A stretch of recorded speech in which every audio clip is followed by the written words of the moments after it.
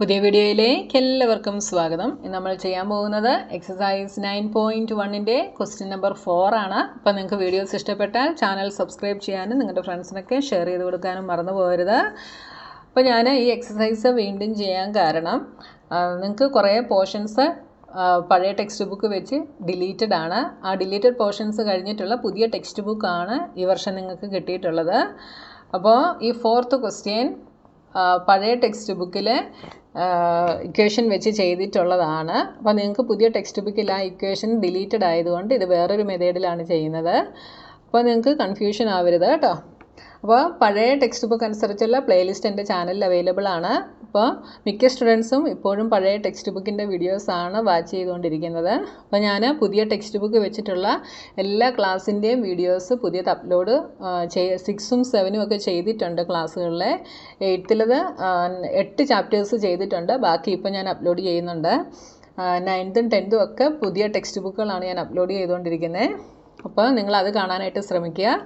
അപ്പോൾ നമ്മുടെ ക്വസ്റ്റ്യൻ എന്താണെന്ന് നോക്കാം. The diagonal of A quadrilateral shaped field is 24 meter and the perpendiculars dropped on it from the remaining opposite vertices are 8 meter and 13 meter. Find the area of the field.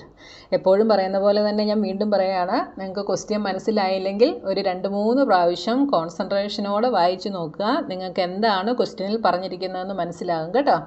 The diagonal of A quadrilateral shaped field is 24 meter. അപ്പോൾ ഇവിടെ എന്താ തന്നിട്ടുള്ളത്? ഡയഗണലിൻ്റെ length തന്നിട്ടുണ്ട് 24 meter. Diagonal എന്ന് വെച്ചാൽ എന്താ? 2 opposite വെർട്ടിസസുകളെ തമ്മിൽ join ചെയ്യുന്ന ലൈനാണല്ലേ.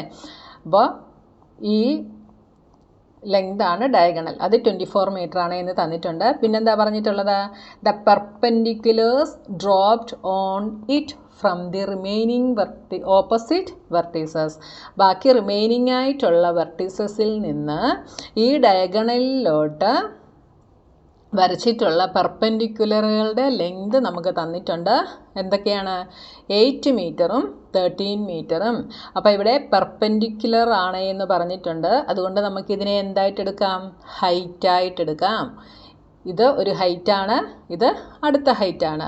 2 ഹൈറ്റ്സുകൾ ഉള്ളതുകൊണ്ട് നമ്മൾ ഒന്നിനെ H1 എന്നും അടുത്തതിനെ H2 എന്നും എടുക്കുന്നു. Find the area of the field. ഈ ഫീൽഡിൻ്റെ ഏരിയ നമ്മൾ കണ്ടുപിടിക്കണം. അപ്പോൾ ഇതാ നോക്കിയേ, ഈ ഒരു ക്വാഡ്രിലേറ്ററലിന് ഒരു ഡയഗണൽ നമ്മൾ വരച്ചിട്ടുണ്ട്. അപ്പോൾ ഈ ക്വാഡ്രിലേറ്ററലിന് ഡയഗണൽ വരച്ചപ്പോൾ ഇത് എന്തായിട്ട് മാറി? ഞാനിവിടെ ഒരു ക്വാഡ്രിലേറ്ററൽ വരച്ചിട്ട് ഒരു ഡയഗണൽ വരച്ചു. ഇപ്പോൾ ഇതെന്ത് ഷേപ്പിൽ മാറി? 2 ട്രയാങ്കിൾ ഷേപ്പുകൾ ഇവിടെ ഫോമായി അല്ലേ. ഇപ്പോൾ ട്രയാങ്കിളിൻ്റെ ഏരിയ കണ്ടുപിടിക്കുന്ന ഇക്വേഷൻ നമുക്കറിയാം. എന്താണ്? Half into B into H. Half into base into height. ഇതാണ് ട്രയാങ്കിളിൻ്റെ ഏരിയ കണ്ടുപിടിക്കുന്ന ഇക്വേഷൻ. അപ്പോൾ ഇതിനെ 2 ട്രയാങ്കിൾസ് ആയിട്ട് എടുത്തു കഴിഞ്ഞാൽ നമുക്ക് ഈ ഫീൽഡിൻ്റെ മൊത്തം ഏരിയ കിട്ടുമല്ലോ ഇല്ലേ. Area of first triangle plus area of second triangle. അങ്ങനെ ചെയ്ത് കഴിഞ്ഞാൽ നമുക്ക് ഈ ക്വാഡ്രിലേറ്ററൽ ഫീൽഡിൻ്റെ ഏരിയ നമുക്ക് കിട്ടും ഇല്ലേ. അപ്പോൾ നമുക്ക് ഫസ്റ്റ് സ്റ്റെപ്പ് നമുക്ക് എന്തെഴുതാം? നമുക്കിവിടെ ഹൈറ്റ് H1 എത്രയാണ് എന്നറിയാം, 8 മീറ്റർ. H2 എത്രയാണ്? 13 മീറ്റർ. പിന്നെ നമുക്കിവിടെ എന്താണ് തന്നിട്ടുള്ളത്? ഇവിടെ നമുക്ക് ഡയഗണൽ തന്നിട്ടുണ്ടല്ലേ.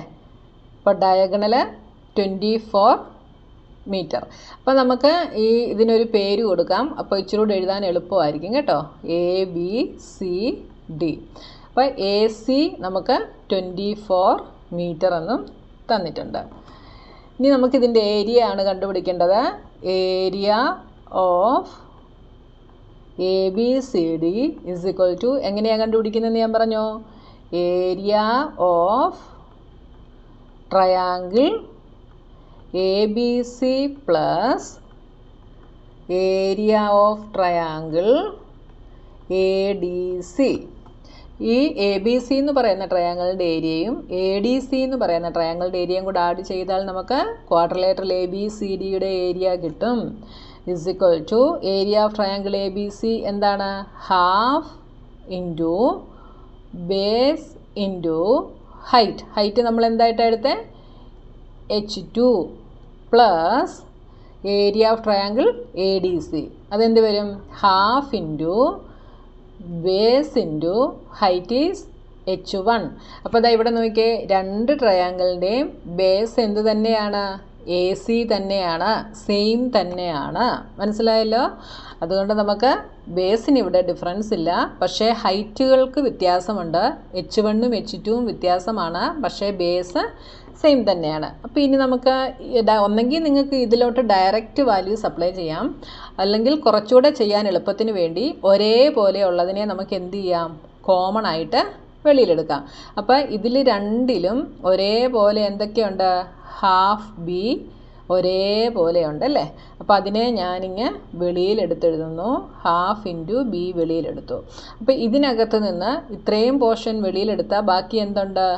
h2 പ്ലസ് ഇതിനകത്തുനിന്ന് ഈ ഒരു ടേമിനകത്തുനിന്ന് ഇത് വെളിയിലെടുത്താൽ ബാക്കി എന്തുണ്ട്? h1. ഇനി ഇങ്ങനെ എടുക്കാൻ അറിയാൻ വയ്യാത്തവരെന്ത് ചെയ്താൽ മതി? ഡയറക്റ്റ് ഇതിനകത്തോട്ട് ബേസും ഹൈറ്റുമൊക്കെ എന്ത് ചെയ്യണം? സബ്സ്റ്റിറ്റ്യൂട്ട് ചെയ്താൽ മതി. ബേസ് എന്ന് പറയുന്നത് AC ആണ് കേട്ടോ. അതെത്രയാ? 24. അപ്പോൾ ഡയറക്റ്റ് നിങ്ങൾ ഈ വാല്യൂസൊക്കെ ഇതിൽ സബ്സ്റ്റിറ്റ്യൂട്ട് ചെയ്ത് കൊടുക്കുക. ഇങ്ങനെ ചെയ്ത് കഴിഞ്ഞാൽ നിങ്ങൾക്ക് കാൽക്കുലേഷൻ കുറച്ചുകൂടി ഈസി ആയിരിക്കും കേട്ടോ.